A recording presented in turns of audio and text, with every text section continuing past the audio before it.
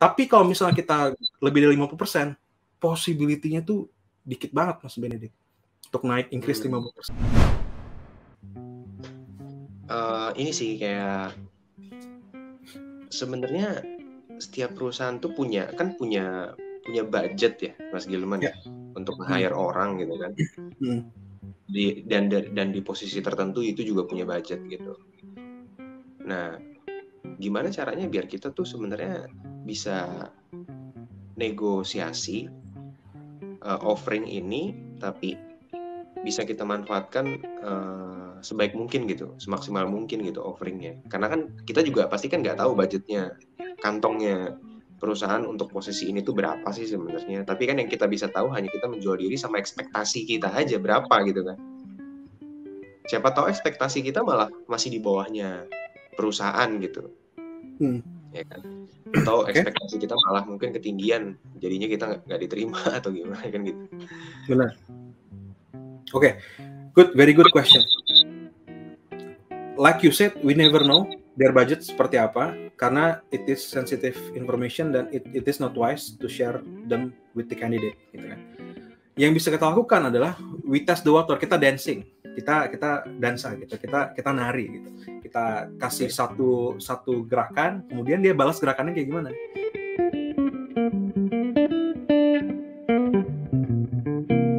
Kemudian dari gerakan itu kita balas lagi gerakannya. Dia balas kayak gimana. Yang bisa kita lakukan framework-nya kurang lebih dengan analogi yang sederhana seperti itu. Caranya gimana? Kalau misalnya ternyata Mas Benedict yakin, punya gut feeling kalau perusahaan ini punya budget yang tinggi, maka ketika nanti ditanya ekspektasinya berapa, Mas Benedict minta lebih dari 30% dari gaji sekarang. Kalau misalnya Mas Benedict diminta gaji sekarang berapa? Pengalaman Mas Benedict pernah ketika interview diminta nggak current salary berapa? Ditanya sih, kan. Kalau di luar itu sebenarnya ada berapa stage ya di luar. Itu illegal ditanya berapa current salary. Tapi di Indonesia itu sangat-sangat wajar. Tapi kita bahas Indonesia ya sekarang ya. Di Indonesia kalau misalnya ditanya current salary, kalau ditanya current salary, mereka bakal melihat 30% increment, 50% increment, 50% increment itu sebagai hal yang tinggi. Kecuali posisi-posisi yang spesial, misalnya kayak satu posisi itu tidak banyak kompetisi, tidak banyak job seeker yang ada. Itu pengalaman saya itu sangat-sangat oke untuk posisi komisaris, direktur, direksi, atau posisi yang sangat spesialis, misalnya kayak kapten kapal yang pernah lewatin yang Somalia gitu. Itu susah banget nyarinya. Dan itu sangat-sangat spesial dan gajinya luar biasa tuh. Pas saya lihat berapa gajinya Pak, ekspektasinya berapa tuh luar biasa.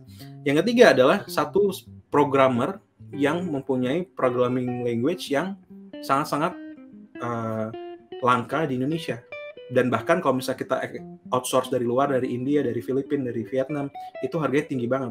Jadi mending pakai yang sekarang, yang di Indonesia tapi lumayan tinggi gitu. Sehingga current salary-nya bakal bisa lebih 2 kali lipat, bahkan 3 kali lipat dari current salary-nya gitu.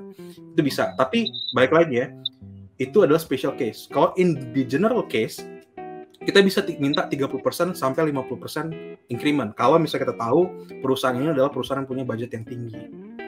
Kemudian dari situ, kita lihat apa responnya dia. Wah, nggak bisa nih Mas Benedict. Kita bisanya masuk ke budget, nggak masuk budget. Kita bisanya, let's say, X salary itu cuman 10% misalnya. Nah, habis itu Mas Benedict coba kasih movement lagi, kasih pukulan lagi gitu kan, kasih tarian lagi gitu. Naikin sampai 15%, 20% atau 15%. Jadi kayak kita tahu nggak bisa sampai 30%, mereka tawarin 10%, kita naikin di tengah-tengahnya 20%. Kalau misalnya mereka masih nggak mau sampai 20% atau 15% tadi, maka Mas Benedict minta ini opsinya. Oke. Bentar, sebelum Mas Benedict minta, Mas Benedict harus tahu dulu value Mas Benedict apa. Nah, itulah pentingnya tadi kita tanya, apa target dari perusahaan ini di posisi ini, kemudian kenapa posisi ini, orang di posisi ini tuh keluar. Dan apa yang membuat posisi ini tuh menjadi posisi yang nilainya tuh baik gitu.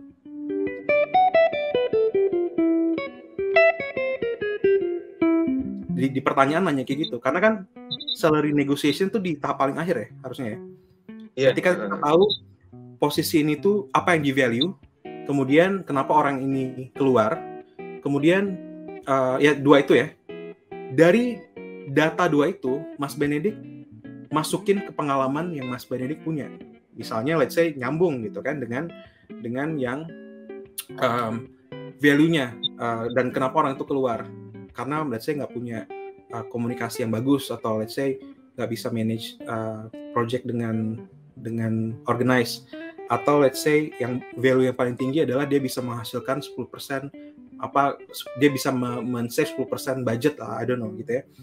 Okay. Lalu Mas Benedik bilang pas negosiasi gaji tadi nanti, di perusahaan sebelumnya selama saya bekerja, saya pernah men-save lebih dari 10%, 15% dari budget tadi. Dengan itu, dan tambah dengan yang lain, misalnya komunikasi oke, segala macam ya buktinya ya. Kemudian dengan itu, makanya saya ekspektasi saya adalah sekitar segini, yang tadi 20% gitu kan, dari current salary. Kalau misalnya masih nggak bisa juga, maka Mas Benedik bilang kayak gini, oke, give me 6 months or 1 year, let me prove it to you. Kalau misalnya oke, bisa nggak saya naik gaji sampai 20%?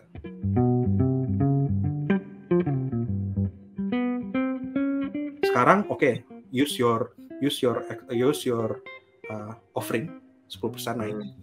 Tapi kalau misalnya 6 bulan saya bisa membuktikan ini, bisa give the value to you, apakah saya bisa naik sampai 20% dalam waktu 6 bulan atau setahun?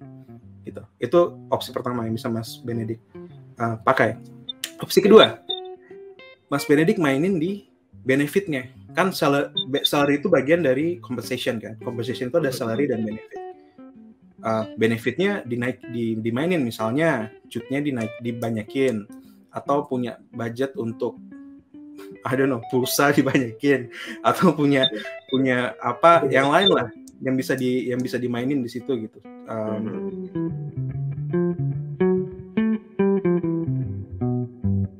Jadi kesimpulan dari cara negosiasi gaji, yang pertama adalah kita minta nih kenaikan 30% dari gaji saat ini.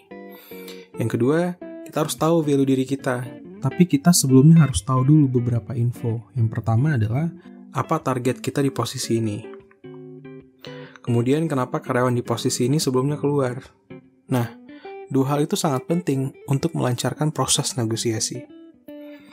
Selanjutnya, kita juga bisa negosiasi dengan syarat kita bisa minta waktu untuk membuktikan kita bisa melakukannya, pencapaian kerjanya. Atau yang terakhir, kita juga bisa negosiasi untuk mengalihkan selisih dari gaji yang kita minta untuk benefit lainnya. Silahkan dicoba, semoga berhasil. Kalau Anda merasa terbantu dengan video ini, yuk kita like, comment, subscribe, and share agar YouTube bisa merekomendasikan video ini ke lebih banyak orang. Jadi, lebih banyak orang yang terbantu karena Anda. +1 kebaikan hari ini.